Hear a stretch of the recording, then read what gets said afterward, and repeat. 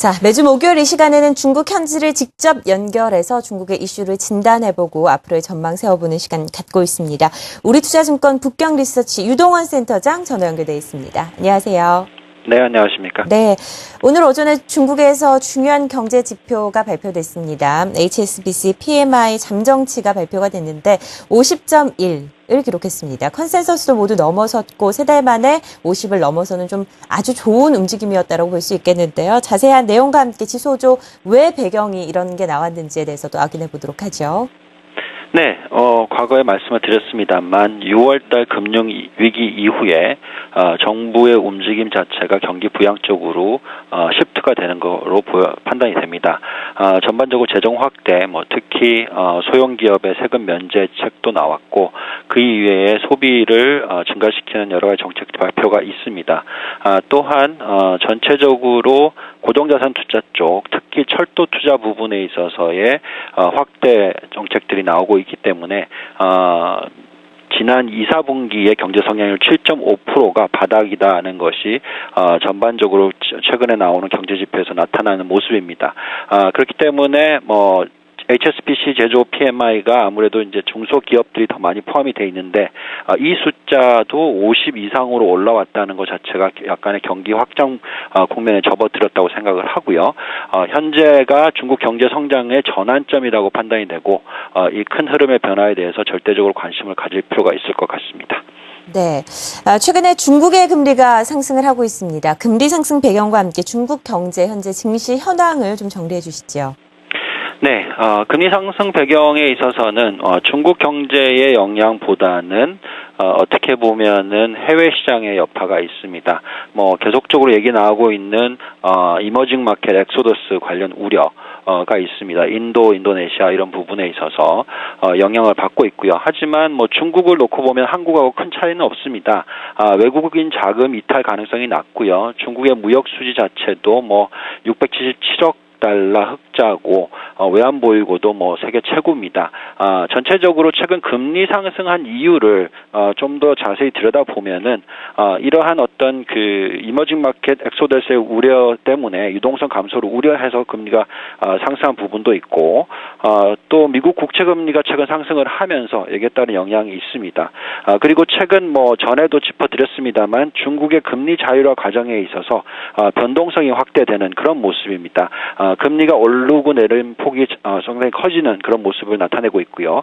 마지막으로 어떻게 보면 경제적으로 봤을 때 성장률에 대한 기대치가 확대되는 과정이라고 판단을 하고 있습니다. 전체적으로 이렇기 때문에 금리가 조금씩 올라가는 부분이 분명히 주식시장에 대한 발리에이션을 구할 때는 부정적인 영향을 줍니다. 하지만 경제 성장률 자체가 2, 4분기가 바닥이라고 판단이 된다면 현 수준에서는 중국 증시가 크게 저평가가 되어 있습니다. 따라서 이러한 금리 인상이라든지 금리 상승이라든지 이머징 마켓 엑소더스 우려 등이 증시에 미치는 영향은 제한적일 것이라고 판단이 됩니다. 네, 금리 상승의 배경에 대해서 왜 이런 현상이 일어나는지에 대해서 정리를 해봤습니다. 그런데 이런 중국 금리가 상승이 되면서 정부에서 지방채 부채 채권을 소화하기 어려운 상황이 왔다라는 이야기가 들리고 있는데요. 이래는 중국 경제 성장을 좀 더 긍정적인 부분에서 생각을 해봐도 될까요? 네, 최근 일부에서는 장기금리가 상승을 하고 있다. 그래서 이러한 기대치가 형성이 돼서 중국 정부의 특히 지방정부채를 소화를 시킬 수가 없기 때문에 어떻게 보면은 경제성장률 회복이 힘들다는 얘기를 하면서 여기에 맞추어서 중국 의 영향을 많이 받는 한국 증시도 상승 못할 것이다. 이러한 의견들이 있습니다만 저희가 판단하기에는 지금 분명히 지방 관련 부채 부분에 있어서는 문제점이 있습니다. 하지만 이것을 해결하는 방법에 있어서 채권 소화 물량만으로서 해결하는 것이 아니라 흔히 말하는 땅을 팔아서 자금을 조달하는 방법도 있습니다. 따라서 중국 정부의 정책 자체가 부동산 가격 하락, 특히 땅 가격 하락을 바라지는 않고요.